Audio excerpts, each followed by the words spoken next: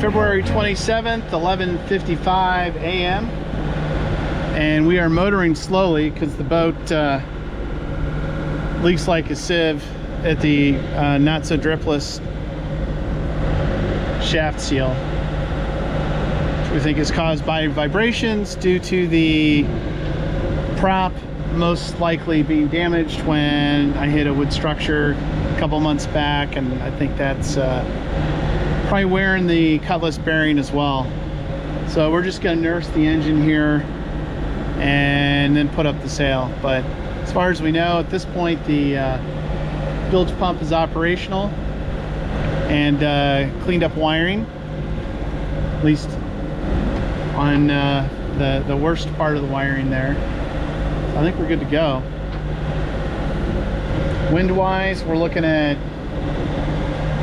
6.4 apparent coming from the direction of where we want to go. So we got to figure that out too. Afternoon to 1 p.m. Pacific Standard Time Monday. Impacts: there's an increased risk for ocean drowning. Rip currents can pull swimmers and sailors out to sea. Large breaking waves can cause injury, wash people off beaches and rocks, and capsize small boats near shore. All right, the race is on. We're gonna give these guys a head start.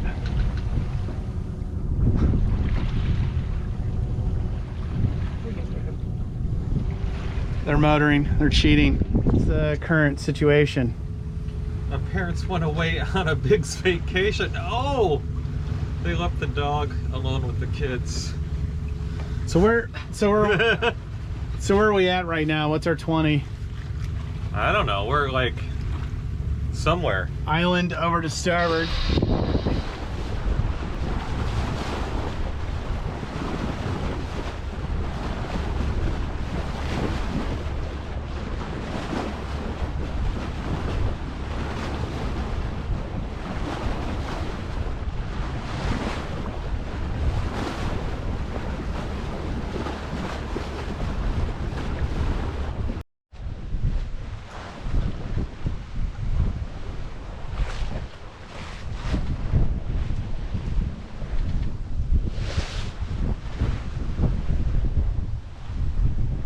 Seven knots ish?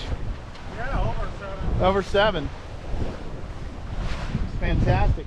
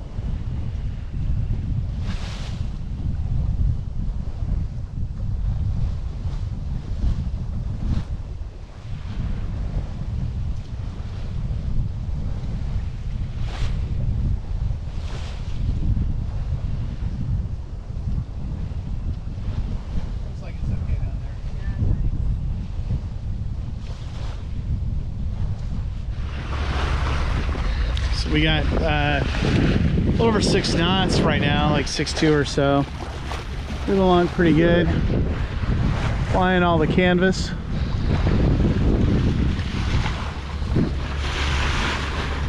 We're about 60 degrees or so off the wind apparent. A little bit more wind. We can point a little bit higher.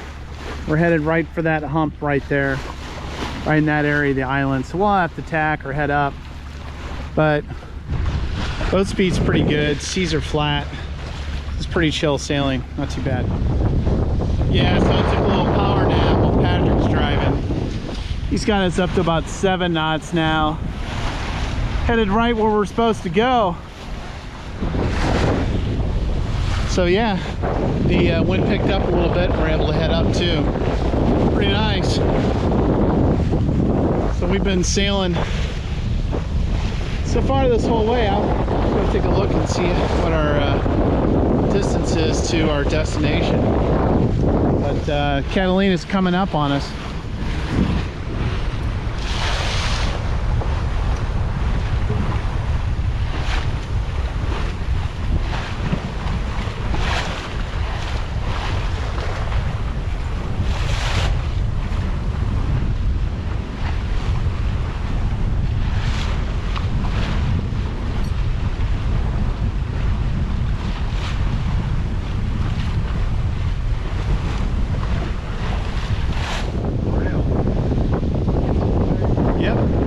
Over the rail, although that head sail looks a little wonky up there. They're moving. No, that's not super. Yeah, we're moving. 4:45. We've been making pretty good time. There's the White Cove anchorage over there, and we are actually headed towards Avalon. So the wind's going to shift. We've got kind of northwest right now, and it's been coming in about 15 to 17 knots, and we've been doing about 7 knots, give or take. High 6s all the way out. So now we're just kind of running down, not super deep, but running down towards Avalon, and we'll go pick up a mooring there tonight, and then chill out, and then probably tomorrow we'll probably come and anchor. So that way we're not anchoring on a lee shore or anything like that. I think it should be pretty comfortable, but pretty epic sailing. We haven't ran the engine since we got outside Angel's Gate there, which is pretty sweet. Risso's dolphins over to port. We'll see if they come back up.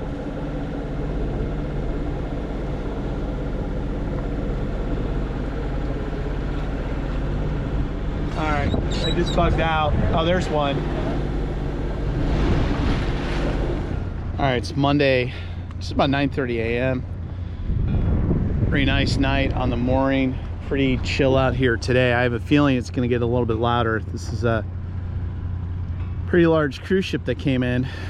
So I know cruise ships have been operating for a while, but over the last couple of years, maybe this is, I'm trying to remember, maybe this is the only cruise ship I've seen here in the last couple of years. Of course, I've only been to Avalon a small number of times because I usually hit the other anchorages and mooring fields. Still super pleasant, and for now it's pretty quiet, but I expect as the shore boats come, it's going to get pretty busy on the island. We'll see if it's going to get a little more crowded here. A better shot at the Holland America line. It's a big ship. Starting to see a few more people rolling around, but not too crowded. This is 10:15, still a little bit early. Avalon Dive Park here.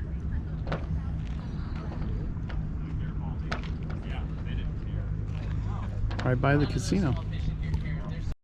Short public service announcement. So if you've ever been on a boat, you know the usual rule is don't flush anything down the head that didn't come out of your body, so no paper products or anything because they clog the head. And I'll show you what will happen if you flush a single square of toilet paper down a marine head.